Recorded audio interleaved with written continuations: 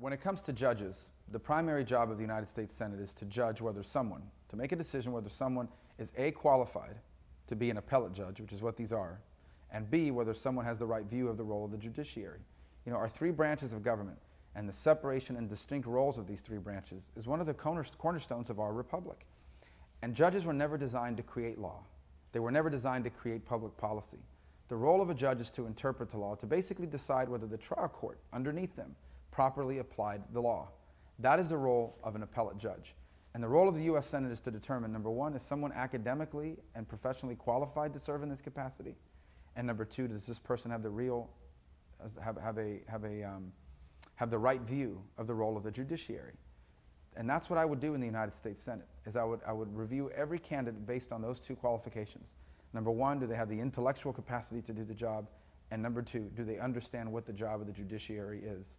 The job of the judiciary is to interpret and apply the Constitution of the United States.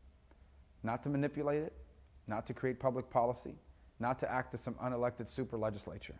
Their job is to interpret and apply the Constitution of the United States. It's an important job, but that's the job they need to do. If the Constitution of the United States is a living, breathing document, then basically it stands for whatever the people in charge say it stands for.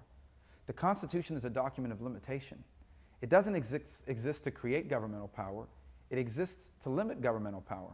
In fact, the reason why we even have a government is to protect our inalienable rights that are talked about in the Declaration of Independence. That's what the Declaration says. Declaration of Independence was a simple document. It says all of us have rights. Those rights come from our Creator. We're going to have a government, and the role of government will be to protect those rights. And the only power government is going to have is the power we allow government to have. How we allow government to have or not have power comes through the Constitution. That's the role of the Constitution, to limit the power of government.